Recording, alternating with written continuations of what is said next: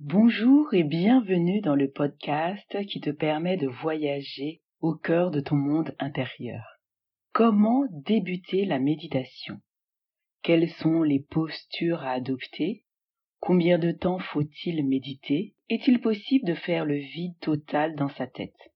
Quels sont les bienfaits de la méditation sur le corps et l'esprit? Nous allons aborder toutes ces questions dans cet épisode.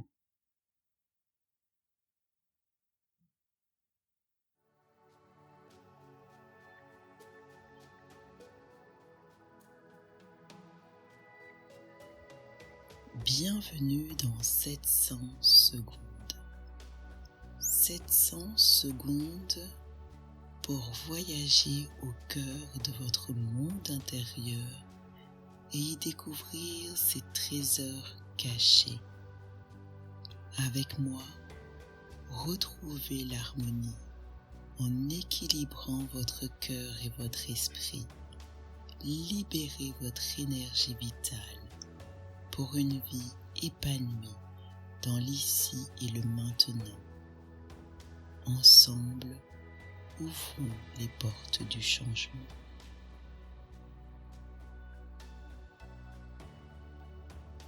Depuis plusieurs années, la méditation est très en vogue et cela partout dans le monde. Elle est reconnue scientifiquement pour ses bienfaits sur la santé.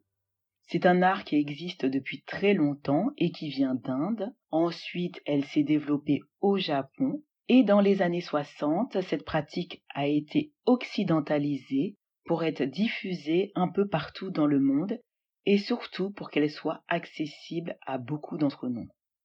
Qu'est-ce que cela veut dire méditer? Méditer est un mot venant du latin meditar qui signifie contempler. En effet, cette pratique mentale consiste à focaliser son attention sur sa respiration et les sensations de son corps, c'est-à-dire sur l'instant présent. Il existe différents types de méditation. On a la méditation vipassana qui se pratique souvent en retraite spirituelle d'au moins 3 jours, dont le but est d'observer sa respiration et ses sensations. Quant à la méditation transcendantale, le but est de porter son attention sur la récitation d'un mantra pour régulariser, apaiser ses pensées négatives, désagréables. On a la méditation zazen, qui est une pratique japonaise qui vient du bouddhisme et du taoïsme. On a la méditation pleine conscience, qui est la méditation la plus connue, la plus simple et la plus pratiquée dans le monde, et surtout, c'est la seule dont les effets ont été validés scientifiquement.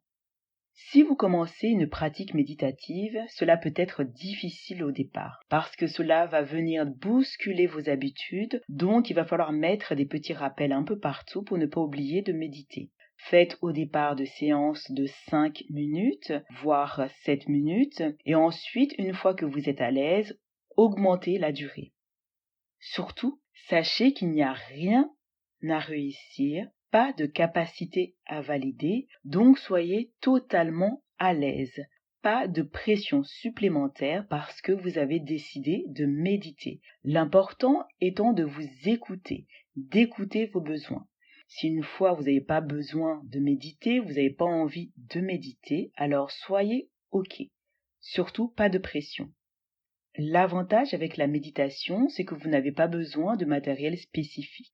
Pour méditer, il vous suffit de vous isoler dans un endroit calme. Vous pouvez vous asseoir en tailleur sur le sol si vous êtes à l'aise avec cette posture. Vous pouvez vous asseoir sur une chaise, dans un fauteuil, un canapé.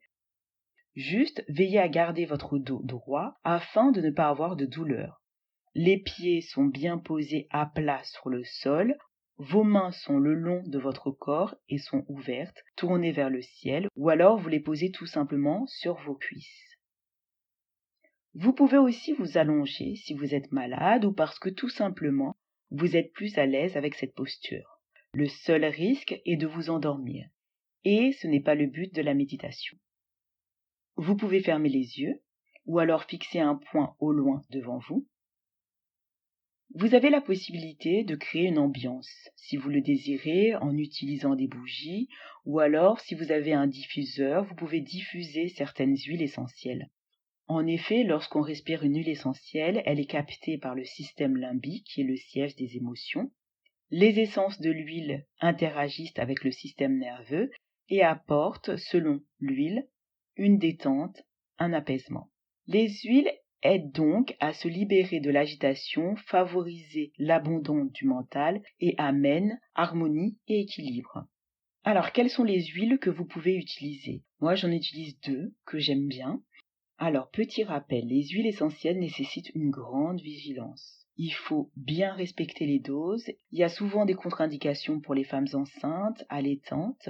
Donc, il faut consulter les précautions d'emploi avant de les utiliser. Mes 2 préférées et selon moi incontournables sont le Vetiver d'Haïti. Elle a un parfum boisé et en psycho-énergétique, elle a la capacité de renforcer l'enracinement et le sentiment de sécurité. Donc, elle aide à s'ancrer à la terre.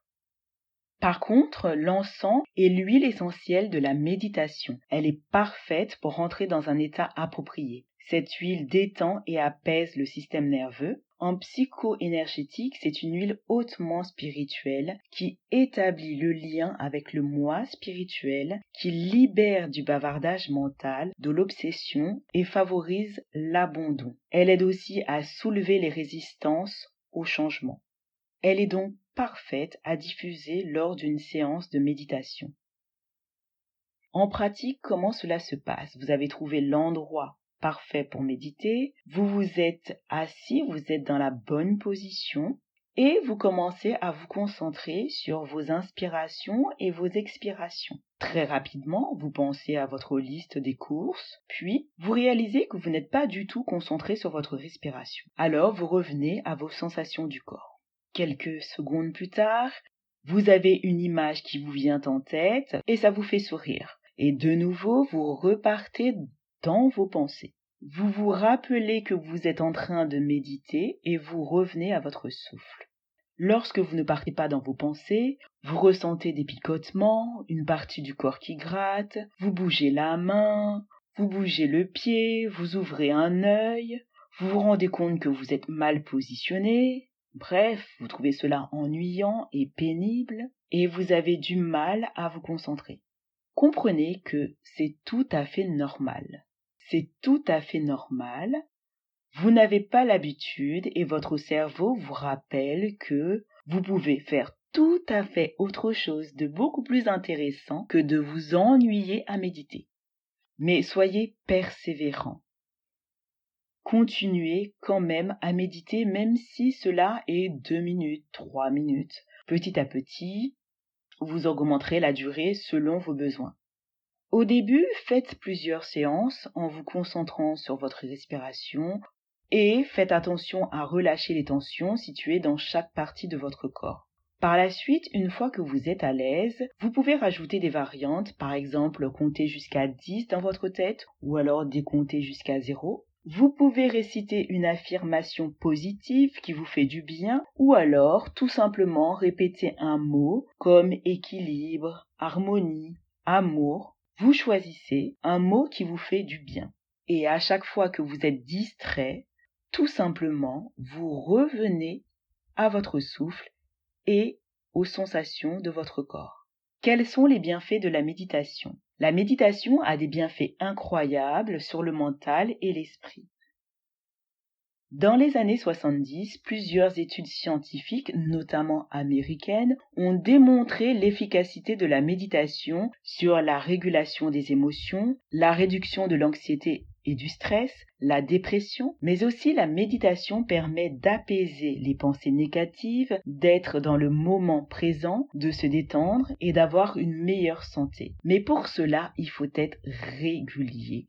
Il faut de la régularité. Si vous méditez une fois par mois, cela ne suffit pas. Il faudra méditer plusieurs fois dans la semaine et sur une durée d'au moins 8 semaines. En tout cas, c'est ce que prouvent les études scientifiques. Il faut au moins 8 semaines pour réduire le stress.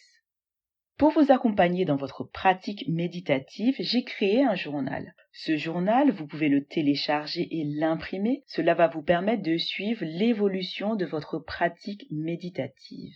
Comment vous allez utiliser ce journal? C'est tout simple. Vous méditez et à la fin de votre séance, vous notez tout simplement vos observations sur vos pensées, vos sensations, les émotions ressenties. Donc, vous notez vos pensées, les sensations, les émotions avant, pendant, après la méditation. Alors, pourquoi avant, pendant, après ? Cela vous permettra de faire un petit bilan rapide sur votre parcours et votre évolution. Avant, vous allez pouvoir analyser les pensées, les émotions, les sensations et donc de noter et souligner les différences pendant et après la méditation. Normalement, vous devriez constater des changements dans vos pensées, vos émotions et sensations. Ainsi, vous gagnerez en confiance et ce petit guide vous permettra de continuer avec plus de motivation vos séances de méditation. Je crois avoir fait le tour du sujet. Par contre, si vous avez des questions et dont vous ne trouvez pas la réponse dans cet épisode, je vous invite à me la poser. Je prendrai le temps d'y répondre. Je mettrai pour cela le lien à la fin de l'épisode. Je vous souhaite des belles séances de méditation et je vous dis à très bientôt.